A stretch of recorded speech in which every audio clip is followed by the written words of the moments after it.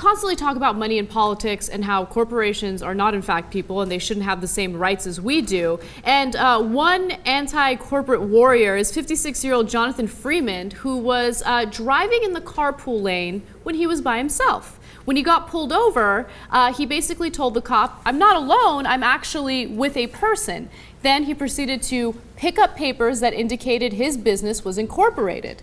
And he said, "See, this indicates that I'm traveling with a corporation. Corporations are people, so therefore I shouldn't get this ticket." I love this guy. I think that's the most ingenious argument ever made. And then what's weird is that it turns out when they want to get all the different breaks and they want to buy our politicians, they are people. But when you're in a high occupancy vehicle lane, turns out they rule that they are not people. Well, isn't that convenient? So when it is to the advantage of an actual human being, sorry, but corporations are not people.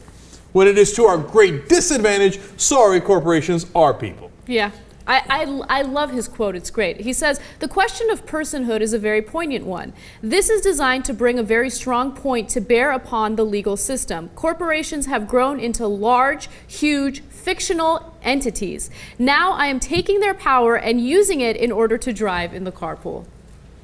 Well, Romney should agree with him. All the Republicans should be springing to his defense. Yes. In fact, Romney said, Corporations are people, my friend. We can raise taxes on... Of course they are. Human beings, my friend. Human beings. Okay, so, I mean, think about this, right? First of all, I would have played that tape over and over in my trial. I would have been like, look, corporations are people, my friend. I mean, that's a guy running for president, got 47% of the vote. 47% of the country apparently agrees. Corporations are people, my friend. Actually, of course, his voters don't even agree to that, right? But if you don't know the history of it, do you know that the Supreme Court actually never ruled that corporations were people? It was back in the 1800s, and a Supreme Court clerk added a head note, not into actual opinion, after the case was over. Well after the case was over. Wow. If I'm not mistaken, it was 2 years after the case was over. how is that even possible? It was a case about the railroads. Right, You know, yes. That Supreme Court clerk used to be the head of one of the railroads. I mean, think about that. You were head of one of the railroads, and you quit to become a Supreme Court clerk, okay? Wow. And then you happen to add a head note. And this is all fact, verified by all the constitutional law professors in the country, okay? You happen to put a head note in there that says, oh yeah, that railroad case, corporations are people, my friend. Okay, that's how this whole thing gets started. If that's common knowledge, why hasn't that been corrected? Because, you know why? Then other courts made the mistake of ruling based on that decision, and then it became precedent. So you just continue to make the same mistake over and over again? America! America, we're number one! So other courts, well, they don't cite that case, or if they do, they're like, oh, whatever.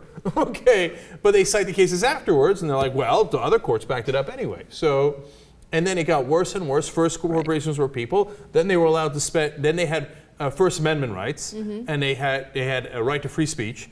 And then free speech meant money. So then they had a right to spend money on politics. And then Citizens United said they have a right to spend unlimited money directly to politicians. Okay, so that's how we lost our democracy. But anytime it actually helps a human being, and he puts it in the high occupancy vehicle, no. Corporations are people only when it helps corporations, not when it helps actual people.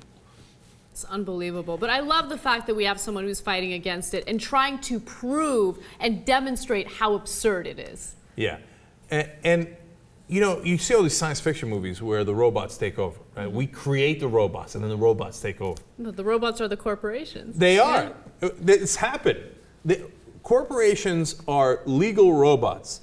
They do not have any morality whatsoever. They have no emotion. They have no soul. They have only one mission. Like you would give a program a robot with a mission. And their mission is to make the maximum amount of profit. If that is your mission, what will you do? Will you donate to politicians to twist the laws to your advantage? Well, of course you will. Right. Would you donate to politicians to set the laws so that you don't have competition? Of course you will. There's an easy answer to this, okay? You get rid of the politicians' power, right?